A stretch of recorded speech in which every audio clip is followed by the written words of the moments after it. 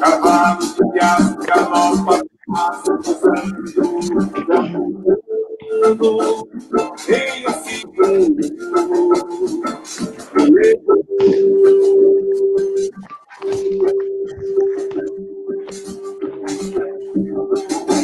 Filho do luar,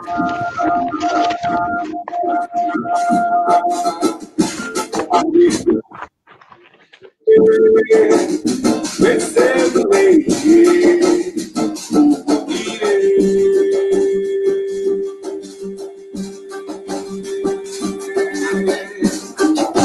filho do luar,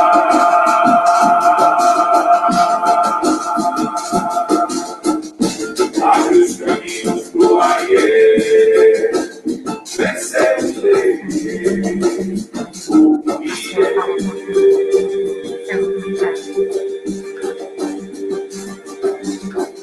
cavalo de aço galopa no passo cruzando seu mundo em um segundo me levou o bunhê,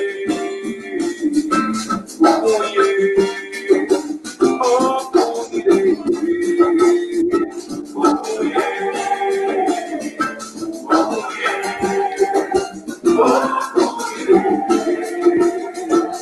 bunhê,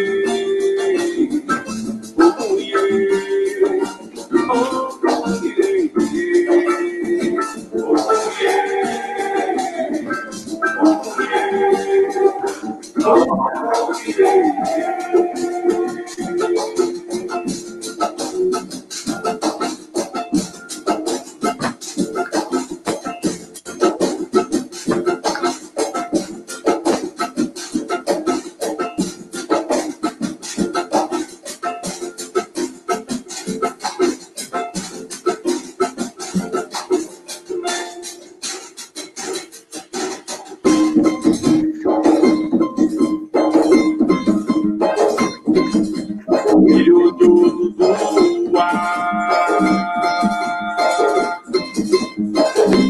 abre os caminhos do aie, desceu e leite, o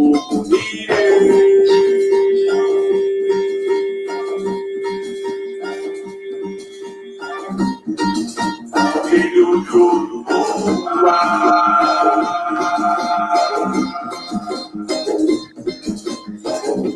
abre os caminhos do aie, desceu e leite, o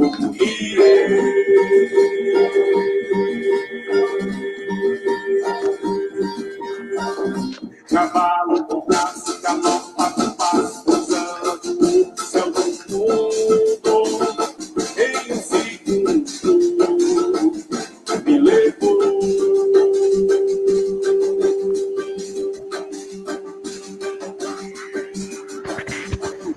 o bunhê,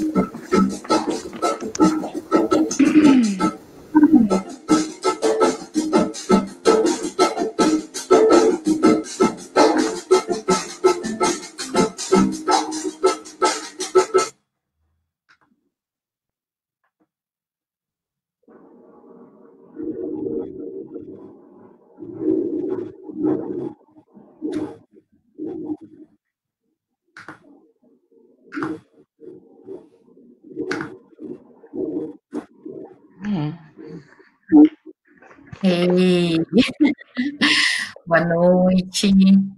Boa. Boa noite a todos, boa noite, Tu.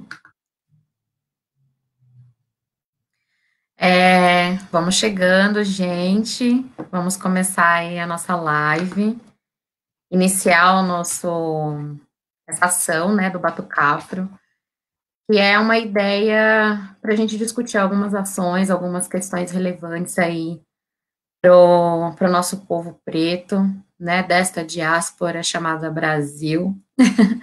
E vamos chegando, vamos compartilhar com os amigos, com as pessoas aí, para vir assistir essa live bem bacana que a gente vai fazer. É um bate-papo, né, uma conversa, mas que é muito importante e é muito relevante para que a gente faça, né? Vamos chegar, então.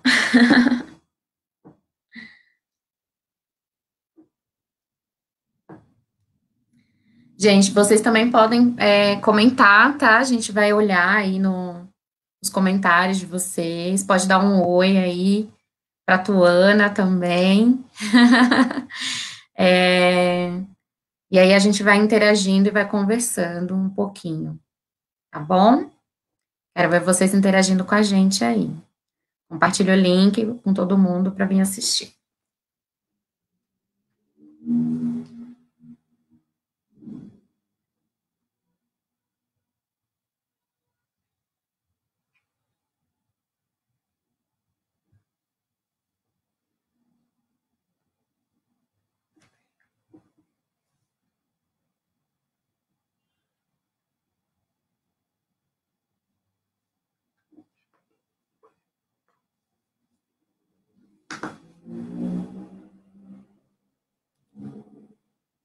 Boa noite, Tu.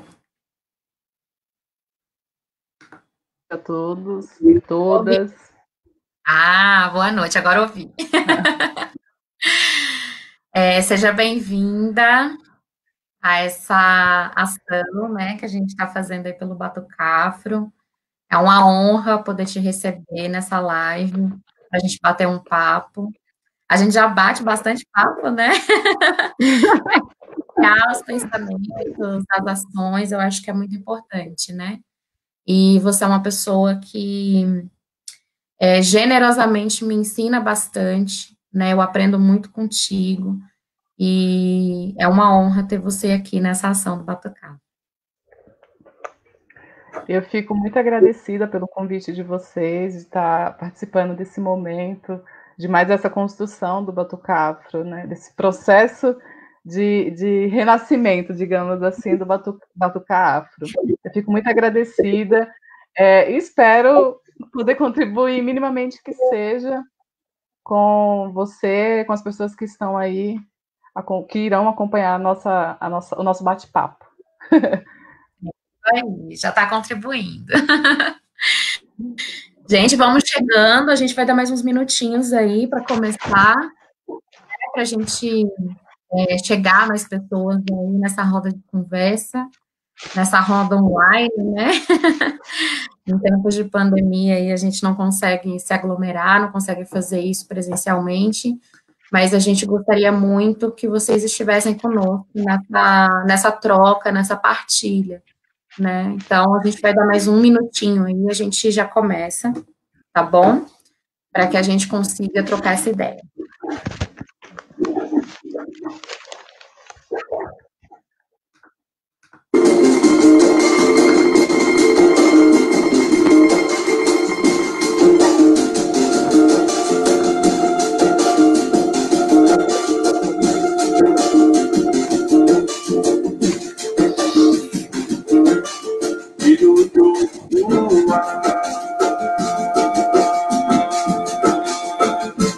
Abre os caminhos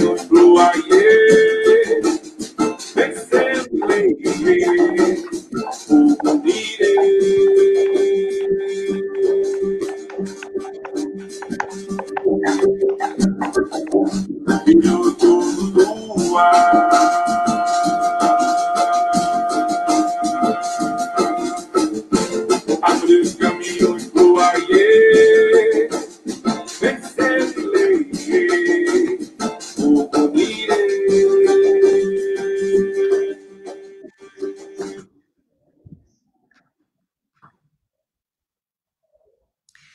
Então, vamos lá, né? Vamos começar.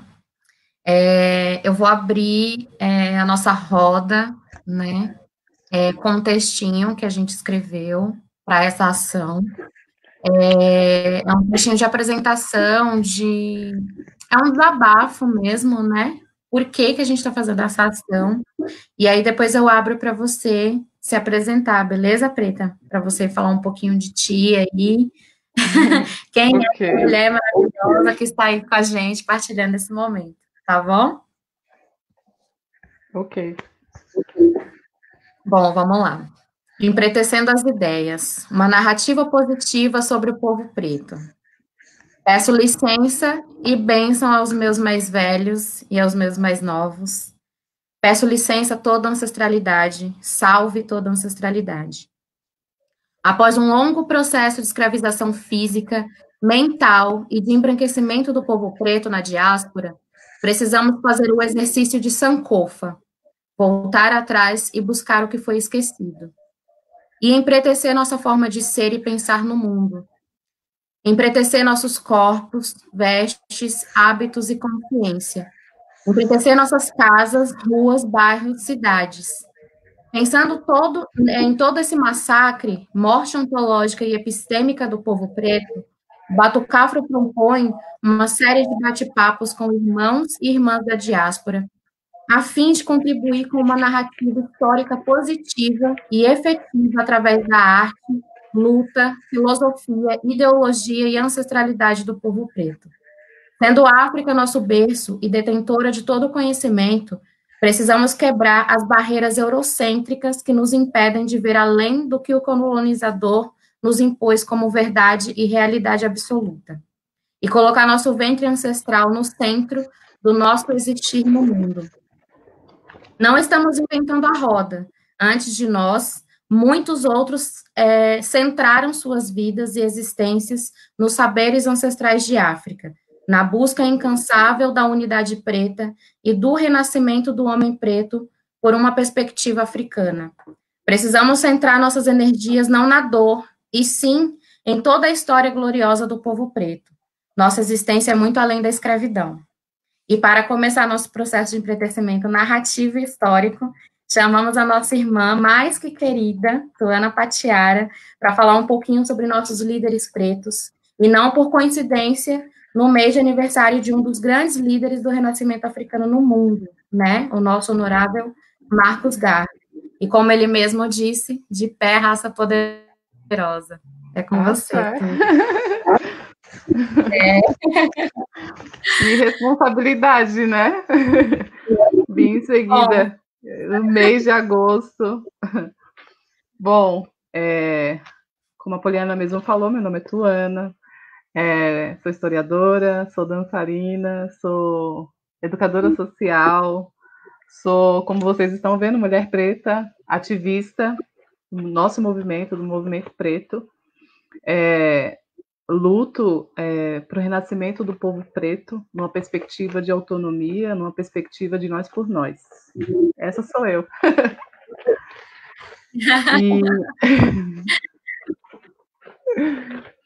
E como a Poliana já colocou aí, eu tinha pensado uma outra coisa, mas aí você já trouxe o honorável, então eu vou pegar aí essa onda. E como um dos heróis, como uma das lideranças, primeiro eu gostaria, antes de falar sobre Marcos Garvey, eu gostaria de falar um pouco sobre essa questão do herói, do líder, né? Que sempre para pela minha mente se esses homens como Marcos Garvey, como Malcolm X, como Lumumba, como tantos outros pretos africanos que buscavam, né, a libertação para o nosso povo, se eles se viam como heróis, se eles se viam como lideranças, né? Eu sempre fico nesse questionamento, tanto que quando eu pensei, quando eu estava organizando as minhas ideias para poder falar, era isso que ficava, né? O herói, né? Porque fica naquela questão da liderança, que aí a mesma liderança que o Marcus Garvey pontua, né? O que faz o líder perante aos seus. Só mais um apontamento, assim, né? Mas aí, entrando para a questão do Marcus Garvey, a gente está aí no mês de agosto, onde a gente celebrou o Dia da Bandeira Pan-Africana, e em sequência a gente celebrou o dia de nascimento de Marcus Garvey, e eu acho que o mês de agosto ele tinha que ser um mês voltado só para Marcus Garvey, para a gente falar dele, porque no mês de agosto foram tantas ações, tantos acontecimentos que ele fez. Ele é um homem, né, uma liderança que deixou um legado para o povo preto na diáspora, nessa diáspora africana, as Américas, que é colocada como América. E eu acho que o maior legado que o Marcus Garvey pôde ter deixado para nós, enquanto comunidade preta, foi a maior demonstração de amor, né? O Marcus, ele liderou, ele transitou, né? Ele saiu da sua terra natal, que era Santa Ana, ele caiu em Kingston aos 17 anos, começou a trabalhar, depois ele começou a migrar para outros territórios, viajou para outros países como Londres. Em Londres ele começou a ver mais de perto, né, a realidade do nosso povo, só que em outro espaço, que ele já via na Jamaica. Então, ele, um jovem muito inquieto, né, e consciente dessa necessidade do africano voltar, retornar à África, ele tentou se organizar de alguma forma, e de alguma forma não, de várias formas, né, organizar o povo para esse resgate, né, do retorno à África. Eu vou estar resumindo, porque a história de Marcos é muito, muito complexa, muito comprida, mas eu vou pegar por coisas pontuais, como a UNIA, né, que foi uma organização que ele, por várias tentativas em Nova York, ele tentou inserir a UNIA, mas aí por várias tentativas, por ataques de irmãos com mentalidade integracionista, esses próprios irmãos atacavam a organização da UNIA dentro de Nova York. E aí, até que as pessoas, os irmãos que estavam à frente daquela linha lá de Nova York, sugeriu que Marcus Garvey se fixasse naquele território, né? Que foi o que aconteceu. Além da UNIA, o Marcus Garvey teve os programas, que eram programas voltados para a saúde, programas de autodefesa, né? Programas... eu não gosto muito de usar a palavra empreendedor, mas é como está na maioria dos textos dele, né? Escrito falando dele. Então, ele tinha essa necessidade de organizar as pessoas pretas em todos os setores, né? Na saúde, na segurança, no comércio. Porque ele acreditava que através dessas estruturas, o povo preto ia conseguir a emancipação, a libertação. Mas o ápice, assim, da UNIA, da organização, eu acho que foi o Black Star Line, que foi o navio, acho que foi a concretização do retorno que ele pregava, né? Do retorno à África. Hoje a gente fala do retorno à África, falando em dias atuais, mas a gente está falando do retorno à África mental, né? Mas o Marcus Garvey, naquela época, ele não estava falando do retorno à África mental, ele estava falando do retorno físico, né? Não à toa que a UNIA se organizou, né? Eu estou resumindo a história, eu acho que quem estiver assistindo tem que ter a curiosidade de ir lá e pesquisar e ler, porque eu acho que o objetivo é isso, a gente tem que buscar a nossa história, e aí eu estou só dando uma pincelada.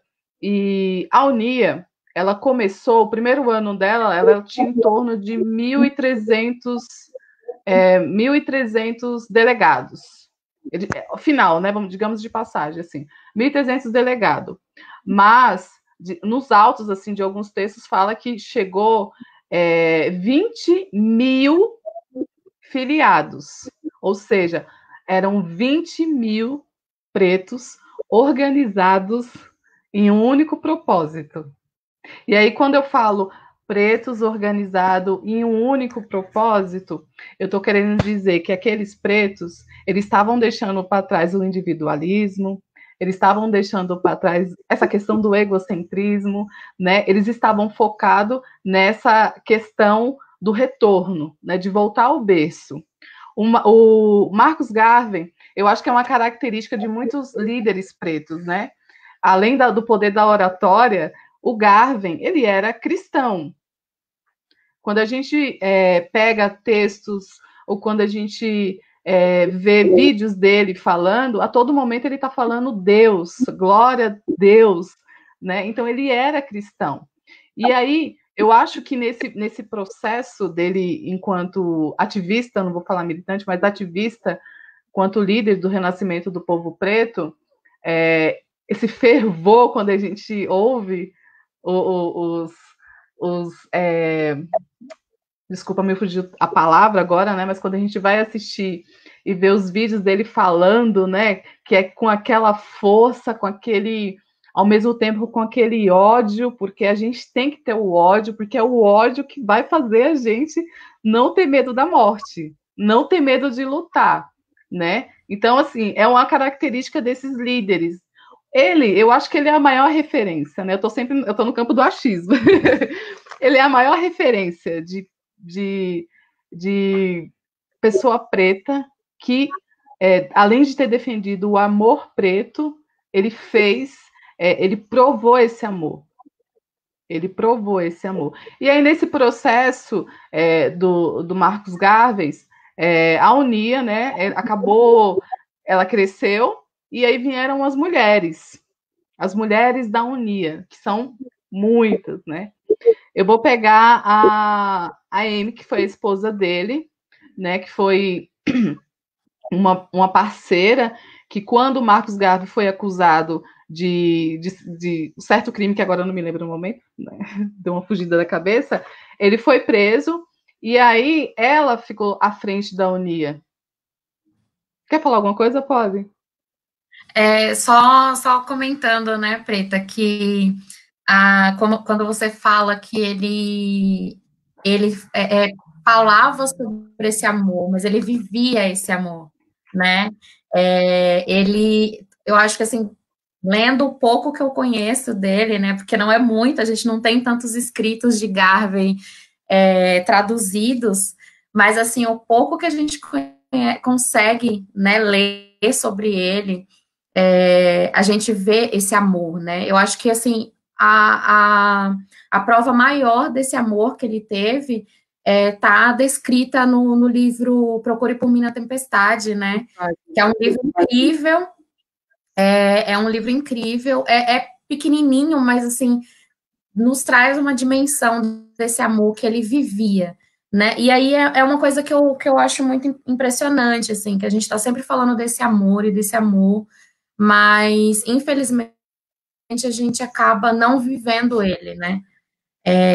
Na era que a gente vive, né, global e de várias coisas que a gente está em busca, a gente esquece de viver esse amor, né? Esse amor pelo povo preto.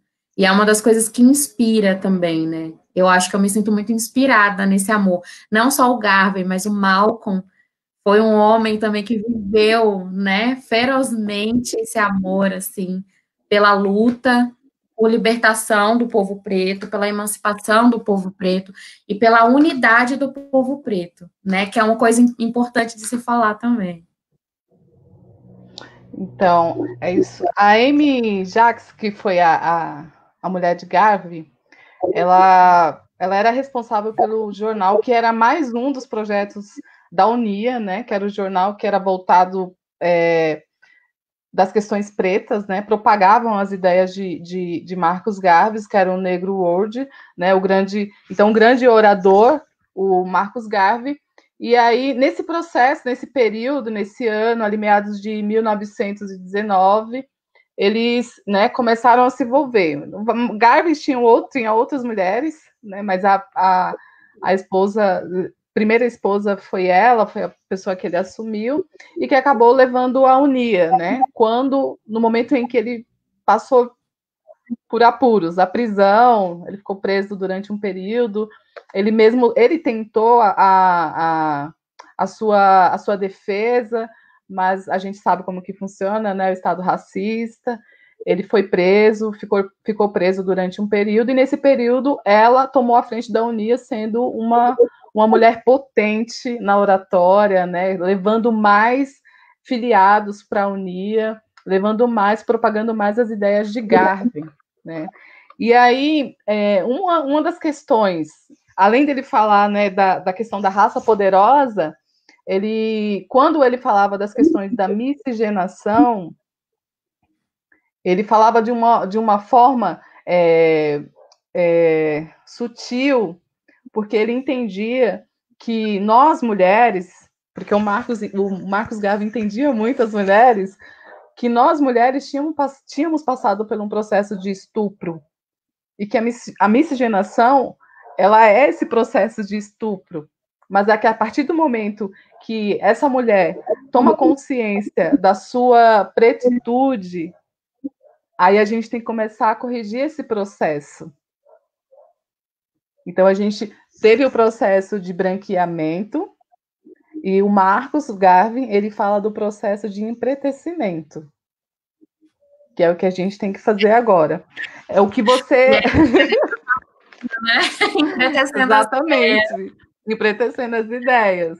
E aí a gente falando por nós, né? Nós sendo protagonista dos nossos fatos. Uma outra ótica. E aí, quando o Marcos Garvey, eu tive acesso, tive contato ao Marcos Garvey no ano de 2015, através do irmão Alaru Junga Junga, que já não está mais entre nós. Era um irmão que falava muito, e que, além de falar de Garvey, era um irmão que buscava seguir os mandamentos, porque o Garvey, ele tem os mandamentos, né? A gente tem um propósito. Quando a gente fala do Garvey, a gente está falando de propósito, né? Então, eu fui apresentado em 2015, e é o que você colocou há pouco, que, infelizmente, a gente tem poucos textos dele traduzidos.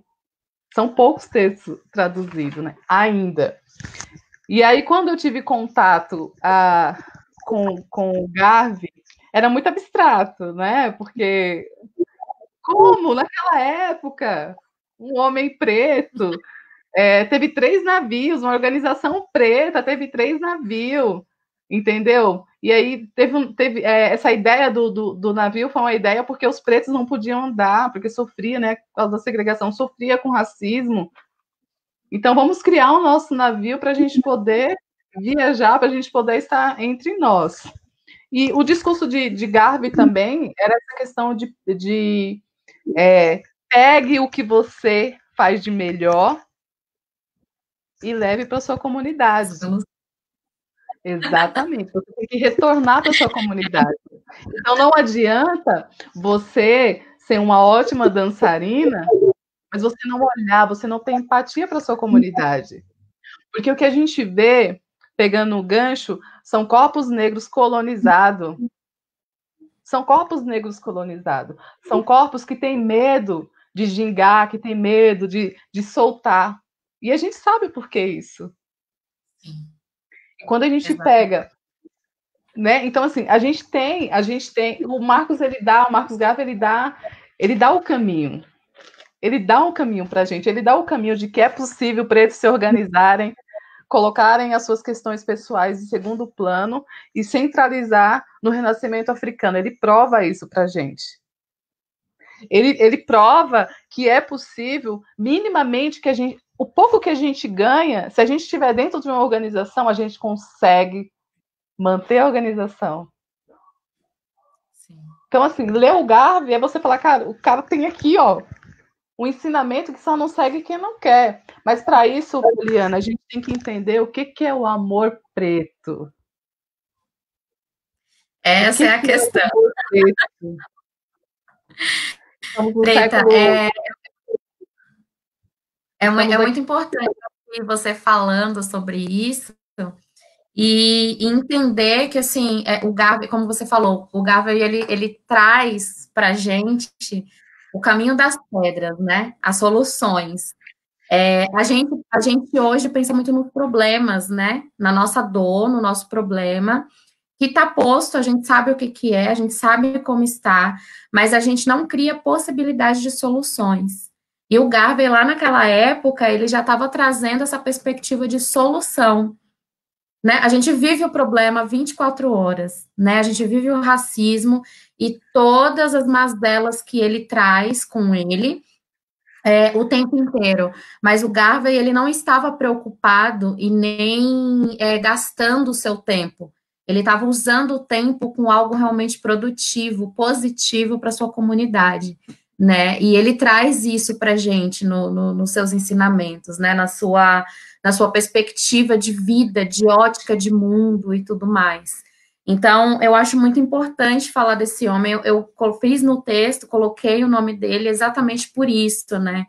Como você falou, esse mês deveria ser um mês todo voltado a homenagear esse grande ancestral. Olha, né? Veja bem, Poliana. Eu estou aqui, tem um trechinho, a gente está no mês de agosto, né? Foi o mês da bandeira pan-africana, aniversário de Garvey, e aqui eu só vou dar uma pinceladinha que durante todo o mês de agosto de 1920 ocorreu a primeira Convenção Internacional da UNIA. Primeira convenção, com a presença de mais de 20 mil membros, capítulos, de toda a parte do mundo. Com isso, a Declaração dos Direitos de Pessoas Pretas do Mundo, no dia 13 de agosto, no artigo 39, foi instituído as cores da bandeira, vermelha, preto e verde. Olha quantas conquistas, né? Olha quantas conquistas. Pegando um gancho disso que eu acabei de falar, a gente está aí num conflitos conceituais, porque a gente vive uma sociedade com uma mentalidade. Eu também me incluo dentro dessa sociedade, porque infelizmente eu sofro os reflexos do colonizador, né? A gente tem uma estrutura do colonizador, então eu acabo sofrendo com isso. A gente está vivendo aí uns conflitos conceituais, de dialéticas, né? Onde conflitos entre nós mesmos, né? Onde aquele tal o amor preto, sabe? Não existe. Que é essa tomada de que Garvey era isso, que Garvey era aquilo, sabe? Essa tomada, que a bandeira é isso, que a bandeira é aquilo. Então a gente está vivendo esse conflito que é bem distante até mesmo das ideias de Malcolm, as ideias de Garvey, as ideias de Kwame Ture, entendeu? De Steve Biko. Então, são ideias que estão distantes, porque a gente tem uma bandeira central, que é da unidade africana. Unidade africana. A mesma que fala que a África para o africano. Entendeu? E aí a gente está aqui. Tem um livro que é do Shekant Kate. Não, desculpa. Me fugiu a memória, mas eu vou lembrar até o final. Que aí ele fala que o Garvey, Marcus Garvey, ele era nacionalista preto. Ele era panafricanista e garveísta. São 3 conceitos, né? Pretos pensaram em 3 conceitos. Que esses conceitos não diferem. O que o nacionalismo preto está pregando? O amor, a unidade africana, a unidade entre os pretos. Renascimento. O que o africanismo está pregando? A mesma coisa. O que o garveísmo está pregando? Mas eu acho que é essa necessidade, né, Preta, da gente... infelizmente, a gente vive, como você falou, a gente vive os reflexos da colonização e do embranquecimento. E a partir do momento que a gente vive esse reflexo, a gente tem o hábito, o mau hábito de separar e dividir tudo, né? Então, a gente acaba criando... criando essa divisão de conceitos que, na verdade, querem dizer a mesma coisa, que estão lutando pelo mesmo objetivo. E a gente fica se degladiando, né, para dizer quem é e quem não é, o que não é, sendo que, na verdade, a gente está perdendo um tempo gigantesco discutindo o conceito e não fazendo na prática o que esses homens, essas mulheres que a gente vai falar aqui hoje, faziam, né, na época que eles estavam vivendo, no espaço geográfico que eles estavam vivendo, que realmente era quase impossível, né, quase impossibilitados de realizar, mas realizaram. Então, a gente está tão preocupado em discutir conceito e discutir intelecto, e a gente não faz na prática, né? É isso, infelizmente. Não tem as ações práticas.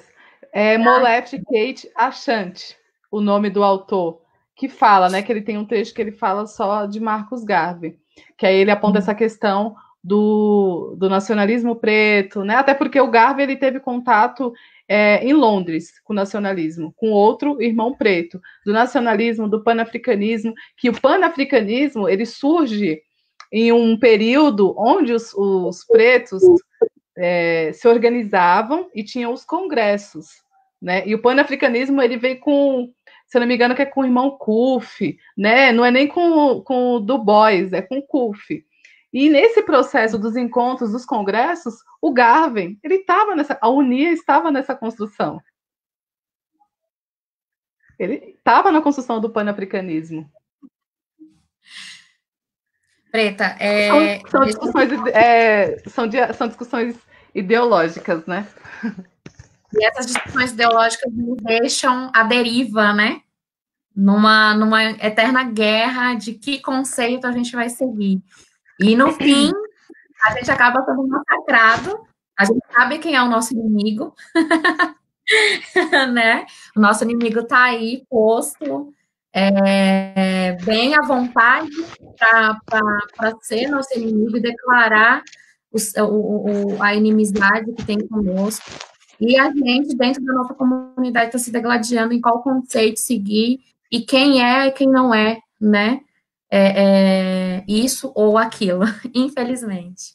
Mas, Preta, deixa eu fazer uma pergunta, assim, falar igual a Catiúcia, né, para sulear a nossa conversa. No início, você falou sobre herói, o conceito de herói, né? Quando a gente vai falar de herói, a gente já imagina lá os heróis, né, dos quadrinhos, dos filmes e tudo mais. E, assim, a liderança, também porque tem essa, né, a nossa visão de líder é embranquecida, né, é aquele que centraliza todo o poder e toda a fala em si próprio. Como que a gente difere, né, essa palavra, esse conceito e essa ação de herói e liderança dentro do nosso conceito africano, do nosso conceito preto, sabe? Olha, Poliana, eu vou ter que falar novamente do Alarum, porque ele foi uma grande referência. Porque quando eu cheguei até a casa dele, que hoje é minha casa, eu levei esse conceito de liderança, né? E ele com aquele jeito, né, bruto, mas não era bruto, era o jeito dele. Ele falava que em organizações pretas não tem que ter líder. E ele usava justamente os termos porque o Garvey também fala dessa questão da liderança, né? Que todas as decisões, que tudo tem que ser em unidade, dentro da organização. Então, assim, a gente já tem as experiências do que a liderança pode fazer dentro da comunidade. Por que a gente vai continuar fazendo essa roda que não para de girar, que não para? Por que a gente vai fazer dessa roda mais uma gira de reprodução de erros? Por que a gente não faz outros erros? Sim. Não faz sentido. Então, entendeu? Então, quando falou, né, heróis, lideranças, inclusive eu falei com Aliazé Fum, e ele também pontuou, né? Ele falou, não, mas os caras lá, né? Os caras é herói, a gente também tem que ter os nossos heróis. Mas às vezes assim, eu ainda fico com essa reflexão na cabeça, né? De liderança. O que a liderança representa Porque um líder, ele tem que falar por um todo, e às vezes esse todo ele não concorda com o líder fala. Um líder, ele pode tomar decisões sem falar com o todo, porque ele é líder.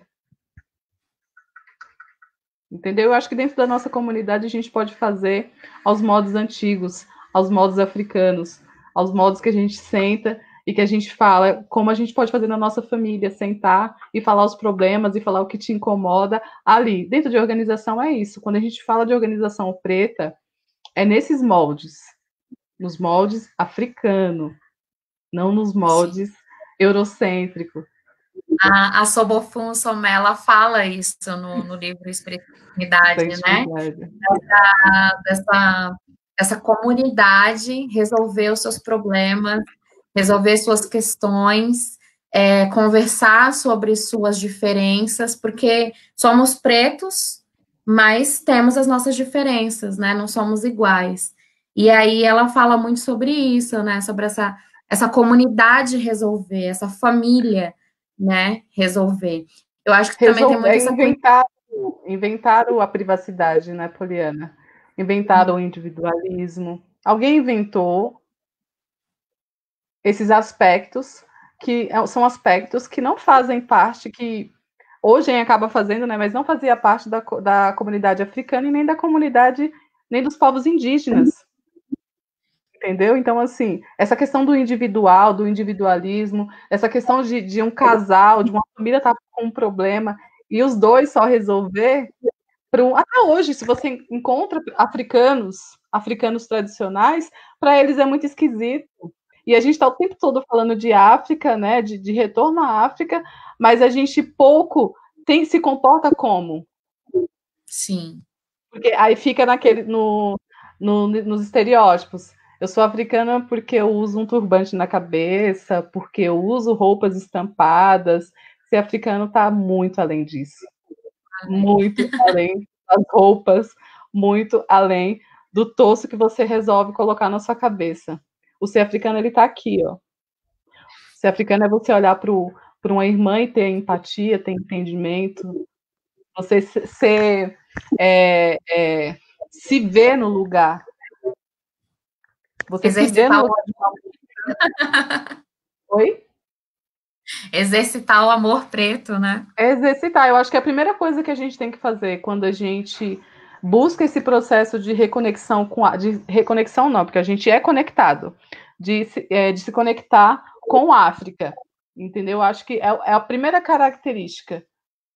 É a gente entender a nossa família. Porque se você não entende a nossa família, a gente não vai entender a família fora daquele espaço, não é? Sim. Ai, Preta, que bom estar conversando com você. É uma honra mesmo. Essa troca de ideias com você, porque eu acho que a gente comunga, né, do mesmo pensamento, e como eu disse no começo, eu aprendo muito com você. Eu acho que o que você diz, você não diz por si só, você diz por todos os seus, por todos, né, que comungam da mesma ideia, do mesmo posicionamento político, e da mesma ação prática, né? E isso é muito importante da gente entender, porque, assim, a gente está aí difundindo pensamentos e falas e posicionamentos muito diferentes daquilo que realmente eu acredito que seja, por exemplo, o panafricanismo, que seja a unidade preta, o renascimento africano, né? E a gente acaba se perdendo nesses conceitos todos, nesses pensamentos todos, e a ação prática, ela é perdida, né? Ela é deixada de lado. E isso é muito complicado, isso é muito sério, porque enquanto a gente está aí se degladiando e debatendo conceitos, pensamentos e etc e tal, a gente está morrendo, né? A gente está indo para a vala, a gente está indo sendo mais encarcerado e etc e tal. Então, assim, é importante ouvir você, é importante ouvir uma mulher preta, né, africana, da diáspora, que tem uma ação prática, né, efetiva, dentro da sua comunidade, né, com os seus, falando sobre esse pensamento, falando sobre essas ações. Então, realmente é uma honra aqui ter você nesse momento, trocando essa ideia com a gente aí. Eu fico muito agradecida, né? E eu sou uma mulher preta em construção, Poliana. Eu estou em construção. Eu acho que todas nós estamos em construção, né? De aprendizagem, de trocas, de matar os resquícios do colonizador, assim, que tem, sabe? Porque a gente, por mais que a gente faça, por mais que a gente tenha empatia, a gente ainda tem esses requisitos do branco na nossa mente, né? É o lado ruim nosso, digamos de passagem.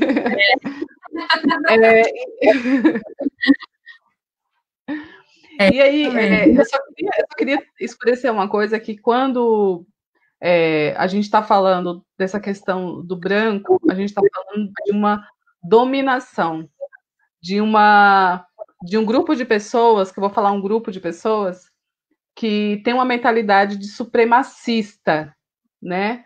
De superioridade. Não estou dizendo que óbvio que não é, mas que essa mentalidade supremacista gerou o racismo. O racismo gera o genocídio do povo preto, tanto no continente, por causa do colonizador, né, do processo colonial, quanto nas diásporas, que é o que a gente vive. E aí, o preto africano, ele sofre muito, preto africano do continente. Tem as especificidades, né? O Congo ainda passa por uma guerra civil, que a gente sabe quem está lá. O preto brasileiro sofre por causa da sua identidade. A gente vive numa sociedade que passou pelo branqueamento, né? Foi um país constituído do estupro também, e a gente viveu o processo de branqueamento, de negação do povo preto, né? De ser um povo maior dentro dessa sociedade. A gente vive... o meu papel enquanto mulher preta não é educar pessoas brancas que se eduquem, que eduquem sua comunidade, que se resolva. O meu papel enquanto mulher preta é educar minhas crianças, as minhas mais velhas, é minha família. Esse é meu papel. Eu gosto muito mais de falar das questões que faz a gente renascer do que falar do processo racista. Porque o racismo está aí, ele não vai acabar. É loucura a pessoa achar que vai fazer tal coisa que vai acabar racismo, porque ele não vai acabar. Sim. O papel do racismo é esse, né? Eu não falo, né?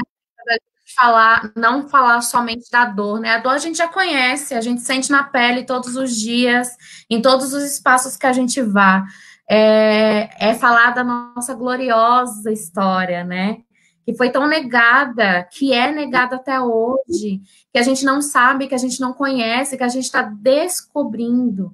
E como que a gente vai descobrir que a gente está perdendo tanto tempo falando aí de dor, de chicote, de chibata, de escravidão, mas a gente é além disso, a gente veio antes disso. Né?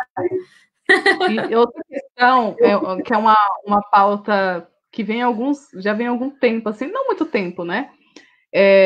Eu não sou antirracista, eu não debato antirracismo, porque eu sou preta. As minhas ações, a organização que eu estou, a gente faz o renascimento africano. Eu nem sei se essa pauta é para branco debater, porque eu nem sei se branco quer debater. O branco não vai querer destruir algo que dá o privilégio para ele.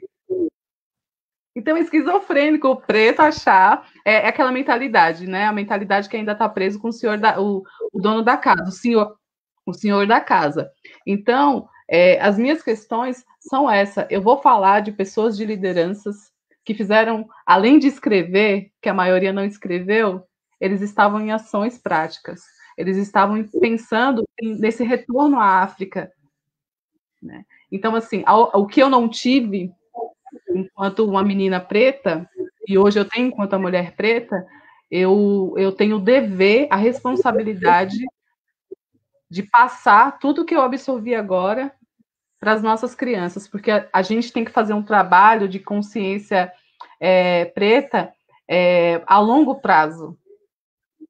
O que a gente faz hoje não é para resultar amanhã, é para resultar, quem está daqui a 30 anos, que está já partir, mas ficou. Se eu estou aqui hoje, tendo essa conversa com você e com as pessoas que estão aí nos assistindo, é porque muitas mulheres e muitos homens pretos estiveram antes de mim e me possibilitaram estar aqui. Exatamente. Preta, tem uma pergunta para você. Eu vou ler ela aqui. É do Flauber Andrade. Beijo, meu lindo. Flauber também faz parte do Batucafro. Ele perguntou assim: Tuana, como é ser esse exemplo de referência na luta preta? E como foi sua imersão no movimento? Olha, primeiro, a minha referência preta é minha mãe, minha avó, as minhas ancestrais em vida. Elas são as minhas referências pretas, as minhas maiores, digamos assim, referências pretas de ser mulher preta. A minha chegada dentro do movimento, eu não sei se foi chegada. Eu acho que pessoas pretas elas estão sempre em movimento porque a gente é movimento. Não necessariamente você tem que estar dentro de uma organização para você estar se movimentando, para você estar se indignando com alguma ação racista, entendeu? Você está em movimento. Mas, assim, efetivo foi no ano de 2015. Efetivo. Antes disso, eu sempre tive consciência que eu era preta, que eu sou preta, porque eu venho de um território preto, né? Eu sou nordestina, eu sou baiana. A minha casa era regida por mulheres. Morávamos em 15 pessoas, um verdadeiro quilombo, né?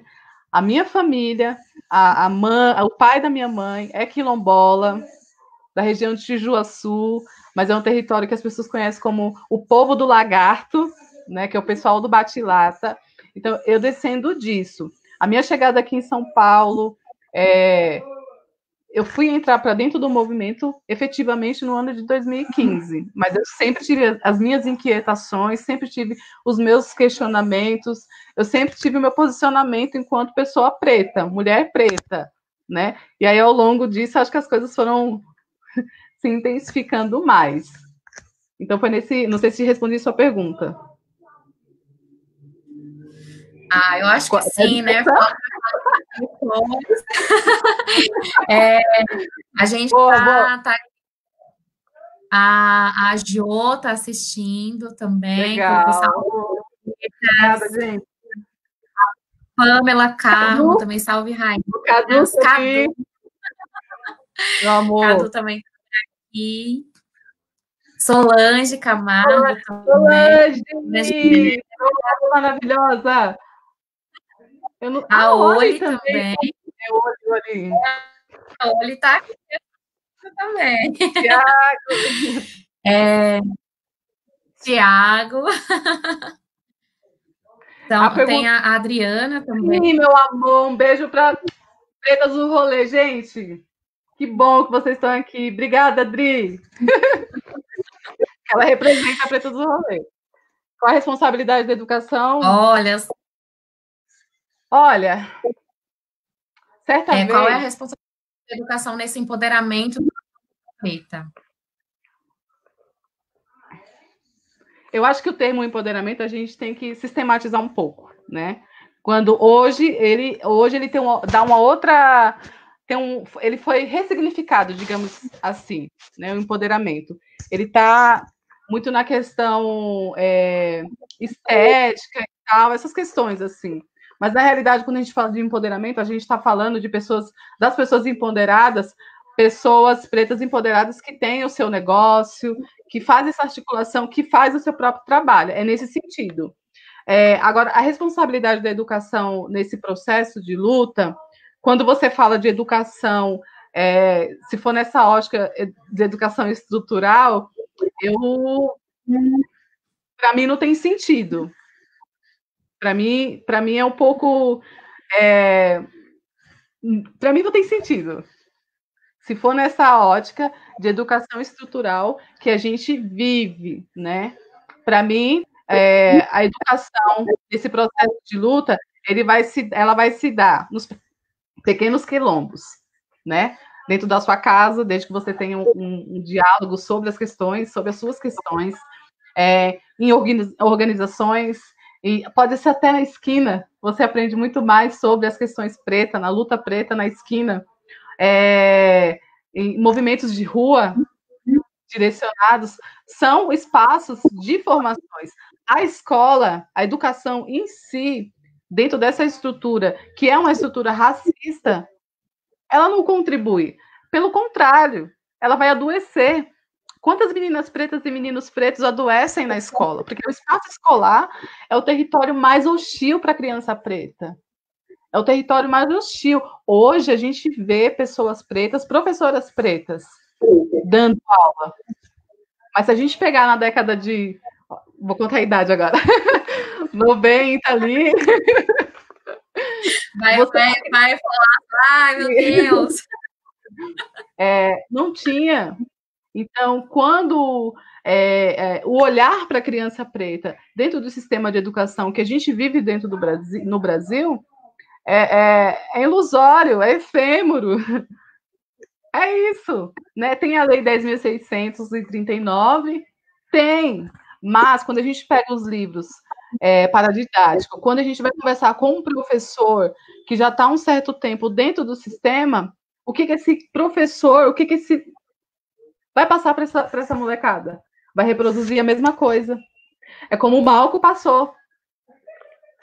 Sim. Quando a gente vai chegar na parte dele, mas ele teve um processo que adoeceu completamente. Quantos meninos pretos e meninas pretas desistem? A evasão escolar que existe é 90% de pessoas pretas, de jovens pretos. São esses jovens pretos que vai trabalhar em subserviço. São esses jovens pretos. São esses jovens, a minoria que vai conseguir adentrar dentro de uma universidade pública, que seria para esses jovens, na universidade, ele vai sofrer o dobro, dependendo do curso que ele escolha. Então, a educação que a gente tem que dar, que essa educação, eu não espero do sistema, porque esse sistema que a gente vive, ele nunca vai deixar de ser racista, ele nunca vai deixar de reproduzir nossos corpos pretos de formas que nos diminuem. Eles nunca vão admitir que o preto é forte, que o preto é inteligente, eles nunca. Hoje o que a gente vê nas redes, que está todo mundo aí falando de antirracismo e tal, na televisão, é firulas, é política, é jogo. É uma coisa da gente falar sobre o antirracismo, né, que a gente estava falando anteriormente. Como que alguém vai ser antirracista, um branco, por exemplo, vai ser antirracista se ele vai estar derrubando o sistema que beneficia ele? E a educação, ela foi criada a partir desse sistema racista, né? Então, é difícil a educação nos colocar protagonistas de uma história gloriosa, forte, né, e etc. E tal. E o processo do Malcolm que você citou, e depois você vai discorrer melhor, é um processo muito tenso, né? E que, assim, a gente passou, eu passei, provavelmente você deva ter passado também, e a grande maioria dos meninos e meninas pretas dentro das salas de aula passam, né, por essa ideia de incapacidade intelectual, né? A gente vive com esse assombro em cima da gente, né? Vivemos. Com esse assombro, por ilusão, o preto ou a preta que acha que os branquinhos são coleguinhas. Não. A gente está vivendo um momento, né, onde tem as redes sociais, que aí tá aí, as pessoas não escondem mais nada, mas a gente viu, o Brasil é isso. Eu acho que a política, estou falando da política governamental, ela está provando o que ela é. Está provando o que é o Brasil e o que é o equipamento na cabeça do povo brasileiro, que em grande medida, em grande maioria, é 70% da população. Então, assim, o governo está aí para provar que a gente vive numa sociedade racista e que não adianta a gente ficar mendigando. Não adianta. Não adianta a gente ficar em espaços onde a sua pauta não é prioridade. Não adianta. Não adianta você ficar num espaço, eu estou falando espaço de estrutura, para você fazer sua luta em um território que não contempla a sua pauta, que é sobreviver. Quer dizer, viver. Quer viver. Se um preto hoje entra para a universidade, a gente fala que é a vitória da comunidade. É uma vitória. Se um preto hoje chega aos 30 anos e ele consegue constituir família, a gente grita muito. Porque além dele ter chegado aos 30 anos, ele conseguiu dar continuidade ao povo. Se esse preto hoje, mesmo sendo consciente da família africana, poxa, a gente solta fogos de artifícios. Fogos. A escola, ela tinha que ser itinerante. Ela tinha que ser itinerante. A gente tem uma escola itinerante. Ai, desculpa, Preta, te interrompi. É que a gente tem uma outra pergunta aqui, mas você pode finalizar a sua fala sobre educação e aí depois a gente vai para a pergunta. Qual que é? Pode fazer a pergunta. Pode? Já tentou organizar. Que tipo de ações realizadas pelos coletivos pretos atualmente ajudam ou atrapalham o desenvolvimento de identidade preta dos jovens? Tá. Bom, a escola tinha que ser itinerante, né? Porque ela sendo itinerante e sendo direcionada, a possibilidade... Porque quando você está dentro da escola, dessa estrutura, você está amarrada, você tem limites. Né? Você tem que seguir algo que vem de cima para baixo, não algo que você gostaria. Dá para burlar, mas é um pouco difícil. Dentro da escola, não dá para você construir uma identidade. Dentro dessa estrutura, dessa escola. Às vezes, nem mesmo dentro do seu lar você consegue adquirir a sua identidade. Porque a identidade, além da cor da pele, ela está aqui também, está vinculada com a cabeça. Hoje, os movimentos que atrapalham nesse processo, que dividem, eu acho que são os movimentos que levantam pautas como que eu posso dizer, para não ser tão... a política agora.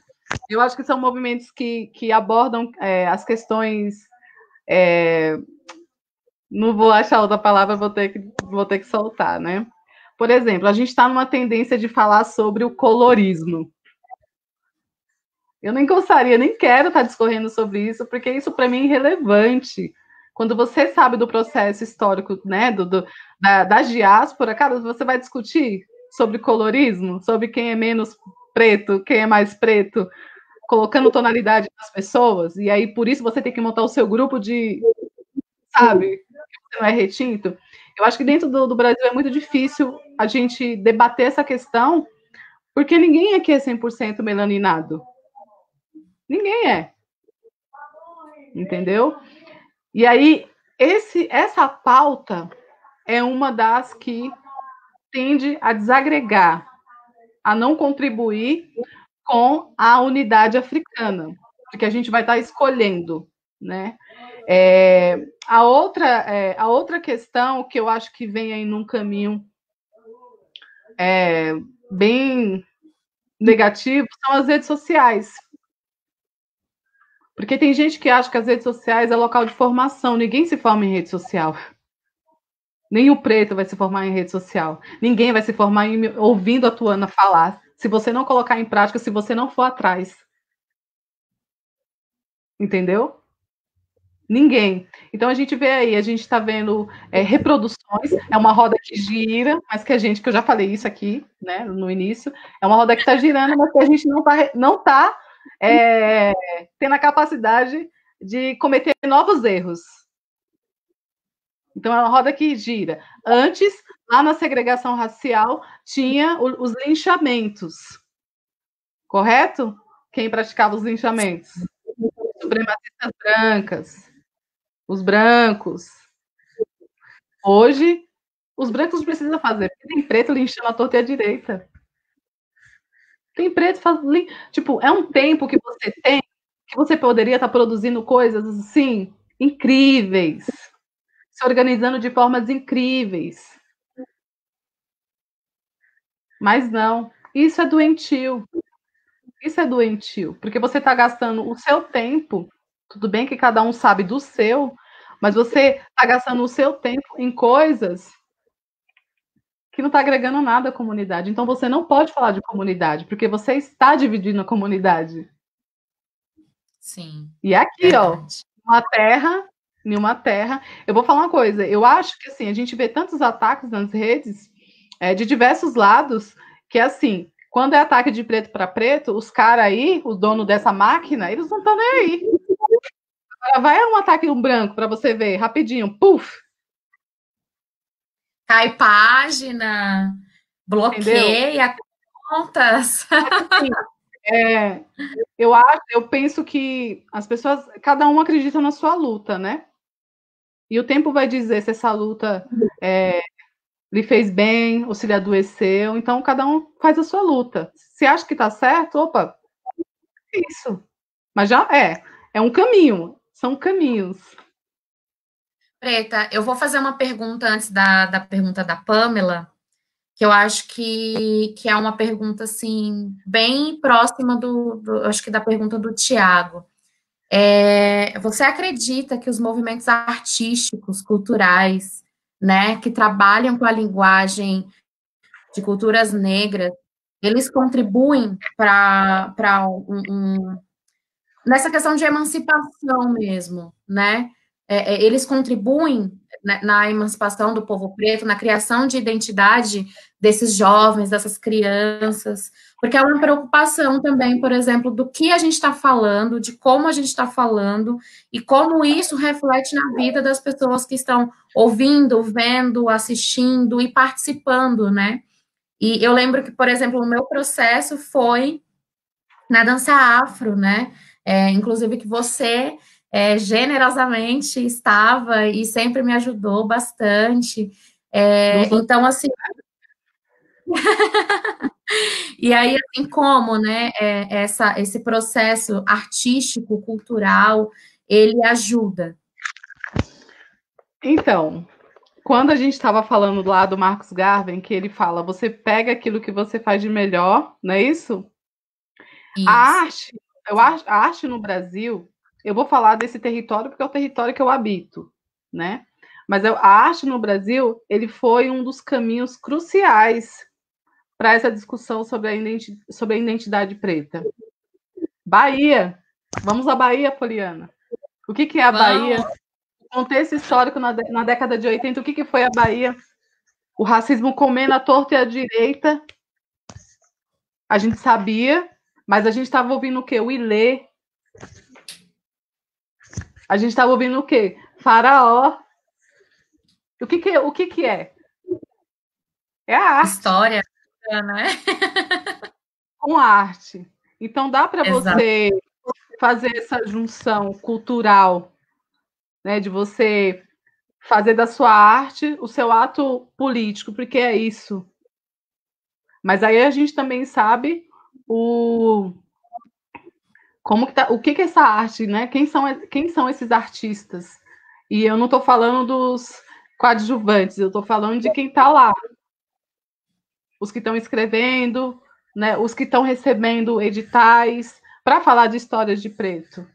Né? Eu acho que o que tinha que se pensar era uma forma é difícil, né? Porque a gente para a gente tudo é difícil e a gente não quer mais isso. Então a gente acaba às vezes cedendo para algo que a gente acha que é fácil. Mas eu penso que o que a gente tem que fazer quando você tem essa meta, esse objetivo, é buscar formas. No começo é sempre difícil, né? Mas buscar as formas de fazer a sua arte sem depender das outras pessoas. Eu não vou ficar falando das outras, né? Entendeu? Eu acho que é difícil porque a gente sabe que o preto quer viver da sua arte, quer ganhar o dinheiro, quer ter seu sustento da arte. Eu tenho total compreensão, né?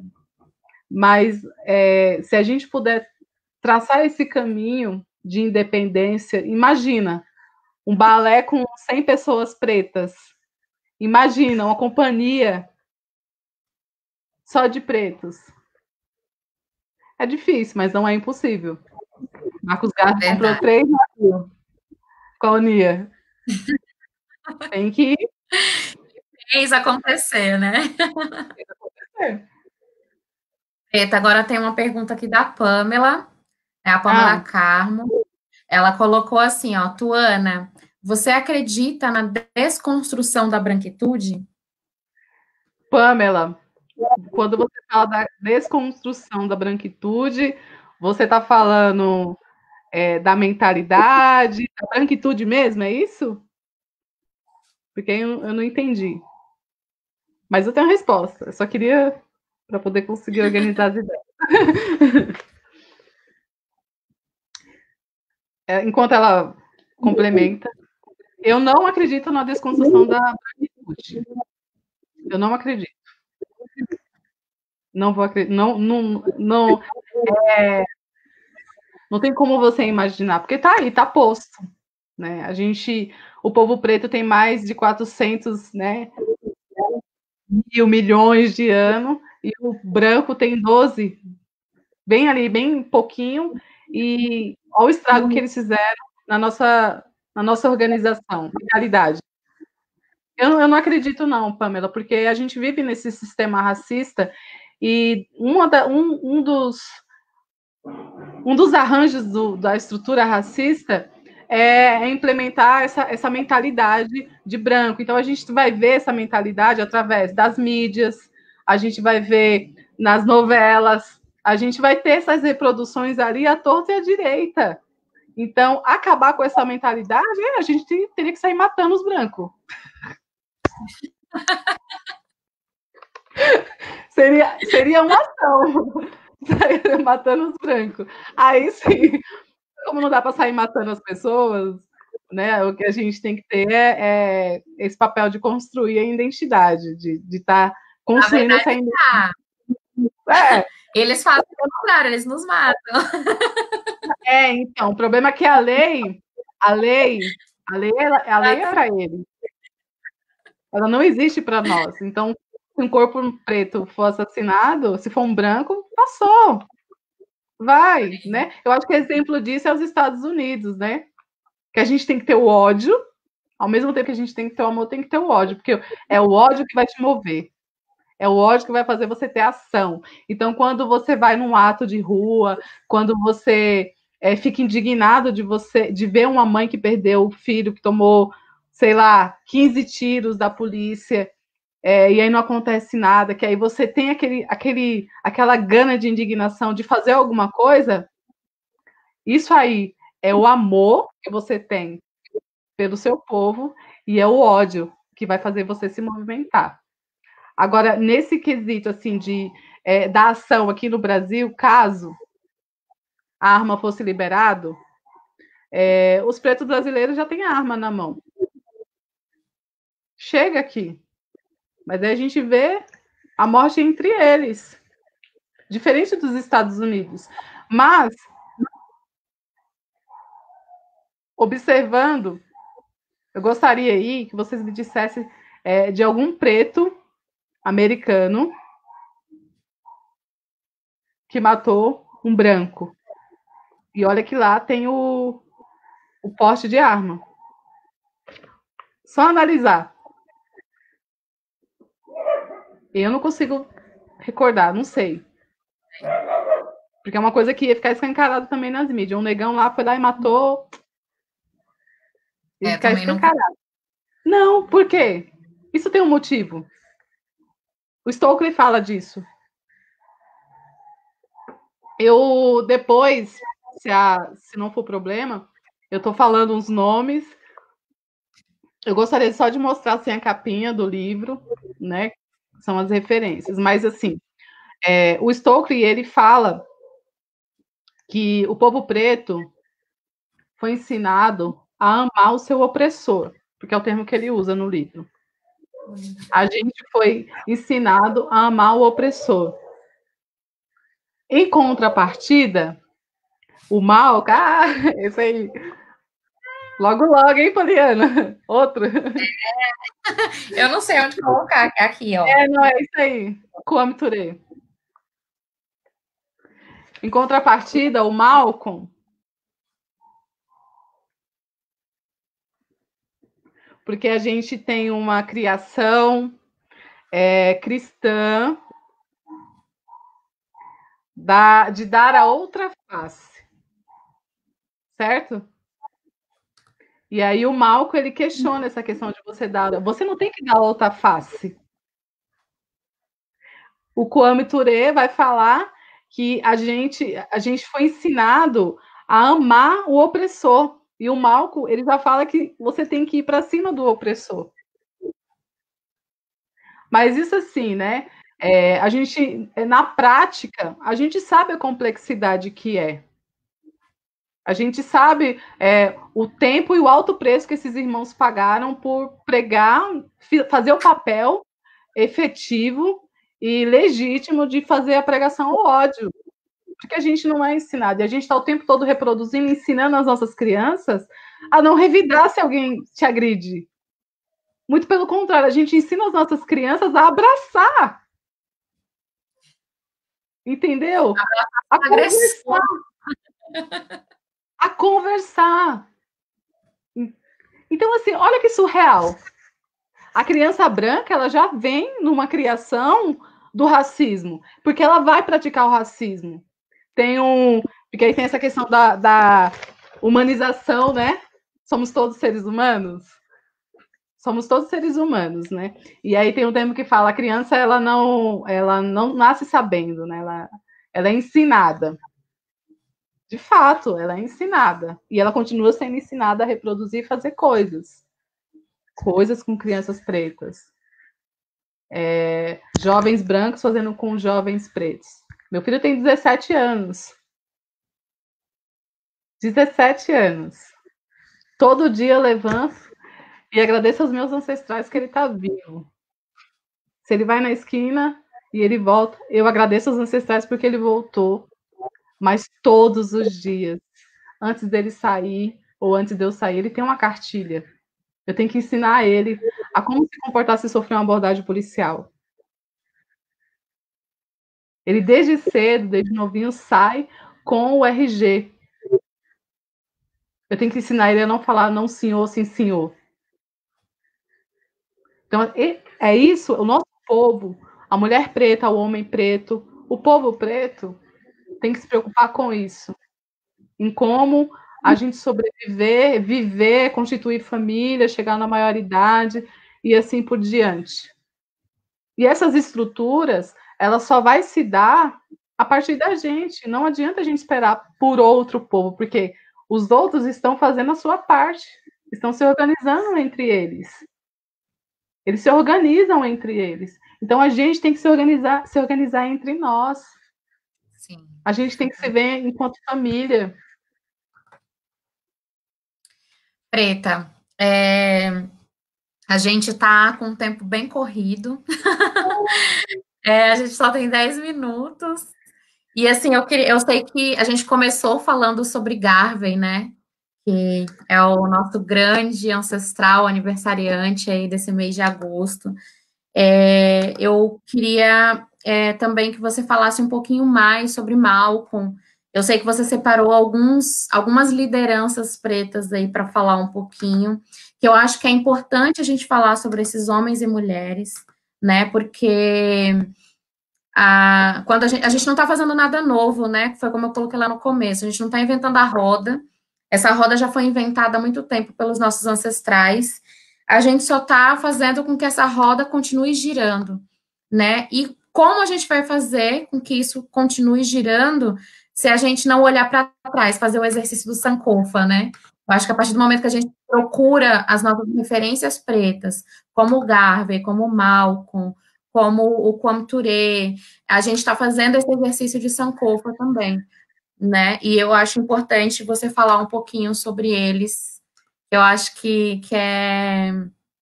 eles têm uma contribuição muito grande e efetiva dentro dessa luta aí, né? Dentro dessa emancipação, da ideia de emancipação do povo preto. Então, o Malcolm, ele foi o meu primeiro contato, a primeira leitura assim, de um nacionalista preto. E eu costumo dizer que qualquer homem, qualquer mulher que lê a autobiografia do Malcolm X vai se identificar. Eu acho que ao longo da nossa conversa eu fui pontuando algumas coisas, inclusive essa última, sobre essa questão de ter que passar a cartilha para o meu filho. Malcolm era... O pai de Malcolm X, ele era pastor da Igreja Batista. A mãe dele também era cristã, fruto, né? Ela tinha pele mais clara, o pai dele era bem retinto e ela tinha pele mais clara. Quem lê a autobiografia vai ver que ela é fruto de estupro. O pai dela era um homem branco e a mãe dele era uma mulher retinta. E ela não gostava da cor da pele dela porque aquela cor fazia lembrar de como ela foi gerada. Malcolm, a família era em 8 filhos e o Malcolm, entre eles, era um pouco menos retinto. E além do pai dele ser pastor, ser pregador, trabalhar, ter esse ofício, ele também era seguidor do Garvey. Então ele tinha os momentos de culto na igreja, de pregação, e ele tinha os momentos dos encontros da Unia. Dentre os 8 filhos, o pai de Garvey, o pai de Malcolm, levava somente Malcolm X para os encontros, por algumas razões, né? Então ele sempre levava para os encontros. E o Malcolm, criança, no livro está falando, né, que ele fica surpreso, porque aquelas mulheres que estavam na igreja, isso é uma fala de Malcolm, aquelas mulheres que estavam na igreja pulando, saltitando, e agora elas estão assim nesse comportamento, um comportamento diferente, porque era um encontro para falar sobre a questão do preto. E aí o Malcolm, como o pai levava ele para esses encontros, ele também acabou bebendo da fonte de Marcus Garvey. Só que ao longo, né, eu não vou falar em datas, até porque eu sou péssima em datas, mas como o pai do Malcolm era um homem muito ativo, né, era um homem que estava além ali, né, até porque era seguidor do Garvey. Então era um homem que tinha sonhos, que tinha planos, né, de montar negócios, e era coisa que ele pregava, que ele falava, né, dessa autonomia do povo preto. Em dado momento, naquele processo, a Legião Negra, né, uma organização que eram de pessoas pretas, né, de homens e mulheres pretas, passaram a perseguir o pai de Malcolm, justamente por causa disso, né, dele ter desse objetivo de autonomia, de economia. E aí era uma coisa que ele pregava, só que os irmãos da Legião Negra, eles não aceitavam, falavam que era ideia de louco, né? Então, assim, não aceitava. A família de Malcolm, ela foi muito perseguida. Ela foi perseguida por organizações negras, pretas, né? Eu tô falando negra porque no livro tá essa conotação de negro. Mas aí eram perseguidos e foram perseguidos pela supremacia branca, né? Um movimento lá cristão, que é a Ku Klux Klan, que em algum período lá da vida deles, eles foram até a porta da casa de Malcolm, a mãe de Malcolm estava grávida, ela saiu para ver aquela legião, e eles perguntaram do marido dela. E aí ela falou que ele não estava, só que ele estava dentro da casa, né? E aí eles ameaçaram. ameaçaram a família e daí saíram daquele território, né? Então eles viviam mudando porque tinha essas questões, essas perseguições. Então eles mudavam. Então o Malco foi um menino que migrou muito, né? Migrou muito mesmo. E tinha uma regra na casa dele, né? O pai dele era da Geórgia. E aí na Geórgia é tradição comer coelho e carne de porco. Eles não tinham problema em comer. Só que a mãe do Malco, por alguma razão, ela não aceitava, não admitia o que era. Era uma família muito conflituosa, gerava muitos conflitos, eles brigavam muito, o pai e a mãe, mas isso também era, assim, uma coisa que o pai não aceitava. E aí, numa dessas brigas, por causa da alimentação, o pai de Malco saiu, vou tentar ser breve, né? O pai de Malco saiu, e aí foi onde ele saiu e não voltou mais. Né? Ele não voltou mais, ele foi assassinado pela supremacia branca, de forma, assim, terrível, né? Porque colocaram ele na linha do trem, amarraram ele, assim, terrível, terrível. Era a forma como os nossos eram assassinados. E aí, nesse processo, a mãe do Malco ele pagava um seguro de vida. O que, quando a mãe do Malco ficou viúva, ela foi atrás do seguro.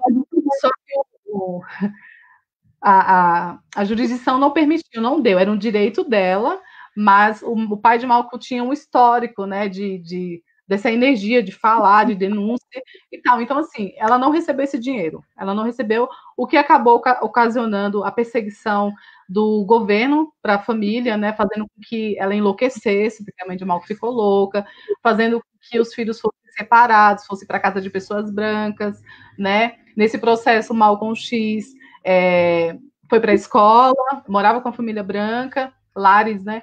E aí ele foi para a escola, na escola tinha uma atividade, eu não sei se nos Estados Unidos ainda tem, onde você tem que falar a sua profissão. Nessa, o Malcolm, ele fala que o sonho dele, que ele vai ser, né? Não é o sonho, ele vai ser advogado. E aí o professor olha para ele e fala que essa profissão não era para ele. Que gente dele não podia ter essa profissão. A profissão dele tinha que ser carpinteiro. Aquilo ali acabou com o Malcolm. A partir dali, o Malcolm já virou outra pessoa, já virou outro homem, né? Então, é nesse processo, ele foi virando adolescente, ele sempre foi muito alto, ele começou a transitar por outras regiões, encontrou a irmã, ela, né, que ajudou muito, ele se envolveu com drogas, se envolveu com prostituição, se envolveu com jogatina, se envolveu com tudo de história, assim, né? Até que foi preso. Aí, na prisão, ele teve o contato com a nação do Islã, mas foi um processo bem difícil. O Malcolm, como ele desistiu da escola, quando o professor falou que ele não poderia ser advogado, ele não sabia ler e escrever direito. E aí, dentro da prisão, ele conheceu uns irmãos que seguia a religião do Islã. Então, nesse processo aí, o irmão conversando bastante com ele, Malcolm começou a se identificar. E aí, quando o Malcolm descobriu que existia tantas pessoas pretas em uma organização, eu acho que foi o momento que ele retornou a infância dele, né? Quando ele ia nos encontros com o pai dele nas reuniões da Unia. Então, foi um retorno, né? O Islã, de uma certa forma, foi o que acabou salvando o Malcolm e formando o Malcolm, né? Aí, nesse processo aí, ele conseguiu sair da prisão, porque o líder islâmico tirou ele, e aí, nesse processo, ele começou a passar a ser orador. Eu sugiro que, muito rápido, né? Estou resumindo bastante, mas eu sugiro que vocês procurem saber sobre Marcus Garvey, procurem saber sobre Malcolm X, sobre Kwame Ture, sobre essas personalidades, sobre essas referências pretas. Eu tenho certeza que quem lê vai se identificar, vai se ver ali, não vai ser uma coisa abstrata, né? E aquilo é uma pessoa preta que está falando de pessoas pretas, ótica preta. Ai, Tu. Infelizmente, a gente vai encerrar a nossa live. Tinha eu falei de Lélia. Eu falou de Lélia, mas a gente vai ter outra oportunidade de falar sobre ela, com certeza. O pessoal que está assistindo pode procurar os livros, né? Inclusive, A organização que a Tu faz parte, eles comercializam alguns livros com preço simbólico, exatamente para uma ação prática, né? Esses valores é revertido para uma ação prática aí da organização. Existe, que é itinerante, mas que a gente vai, já tem um dinheiro para a gente comprar um terreno, mas já existe. Esse dinheiro, a venda desses livros, que é produzido por essa organização, tem uma direção, tem um objetivo, que é a Escola Pan-Africanista. Então, quem quiser aí pode procurar, né, a organização, depois no privado a gente passa o nome, o contato, tudo mais, e aí procurem ler, procurem saber, que eu acho que é muito importante a gente ter essas referências, né, as referências pretas, contadas por pretos, é uma outra ótica, né? A gente também tem outras referências históricas aí, como Cheikh Anta Diop, John Henrik Clarke, né? O Dr. Carlos Moore também, que vem aí trazendo uma outra perspectiva da África, que está vivo, o Dr. Carlos Moore está vivo e vai ficar aí, né? Aonde a ancestralidade levá-lo aí, né? Em vida ainda. E, assim, é muito importante a gente conhecer a nossa história, o nosso povo, né, através da ótica do nosso próprio povo. Então, eu acho muito importante. A Tu é uma historiadora, uma mulher que pesquisa também, né, a história do povo preto, e eu acho importantíssimo a gente estar falando sobre isso, né, com a nossa própria ótica. E, como eu falei no começo, Tu, é uma honra gigantesca ter você aqui contribuindo muitíssimo, né, para essa narrativa positiva do nosso povo, essa narrativa e essa ação, porque é isso, né, uma ação também, e eu espero que você esteja com a gente aí mais vezes. A honra é toda minha, né, a honra por estar aqui, cumprindo com a minha responsabilidade, porque é isso, a gente tem que ser responsável, e eu agradeço a possibilidade, a oportunidade que vocês, né, o Batucafro, me possibilitaram hoje, né? Espero que tenha contribuído aí minimamente, que seja. Estou um pouco nervosa. Também estava nervosa. Mas é isso, né? Todos que estão assistindo, eu vou repetir uma coisa que eu falei para fechar, que redes sociais não formam pessoas, não formam. Se você está com intenção de se conhecer, de conhecer organizações, busque organizações. Organizações que vai colocar a pauta do povo preto em primeiro lugar. Em primeiro lugar. Porque redes sociais não formam. Eu fico muito feliz de estar aqui, mas assim, a gente sabe que é um mecanismo. Só um mecanismo. Mas eu espero que vocês leiam, que vocês busquem, que vocês tenham anotado o nome das pessoas, que vocês tenham anotado frases para depois pesquisar. É isso. Um beijo, Tu, um abraço bem forte. Lhe amo, você sabe disso, você é minha irmã, do coração, assim, que eu tenho um carinho muito grande. A todos também um grande beijo, né? Espero que vocês tenham gostado dessa live. Como a Tu falou, é um mecanismo apenas, né? O nosso trabalho não se resume só a isso. O Batucafro é um coletivo, né, que trabalha com arte, com cultura, aqui na Zona Leste de São Paulo, no Itaim Paulista, com ações também efetivas, né, formação de crianças e adolescentes, que a gente acha muito importante a formação de base, a celebração da nossa cultura, do nosso povo, mas também a gente está usando esse mecanismo aí, né, para chegar ao alcance de mais pessoas nesse tempo de pandemia. Mas a nossa ação, ela é presencial, física, calor humano, que a gente gosta disso. E essa ação, ela está sendo realizada, né, por esse coletivo, pelo Batucafro, né, que está localizado na Zona Leste de São Paulo, no Itaim Paulista. A gente realiza as nossas atividades na Casa de Cultura do Itaim Paulista, né? Estamos aqui sempre, todo segundo sábado do mês, fazendo a nossa celebração, os nossos encontros, e fazendo atividades com as crianças em CCA, CJ, né? Espaços aí onde recebem essa molecada, essa criançada linda e maravilhosa que a gente ama e que a gente tem a responsabilidade de formar. Porque é isso, a gente está fazendo nada novo, a gente só está fazendo a nossa responsabilidade e fazendo a nossa parte para formar o nosso povo e criar mecanismos de emancipação para o nosso povo. A roda gira.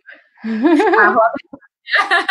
Um beijo, Tu, te amo, você sabe que mora no meu coração, gratidão por tudo, e é isso.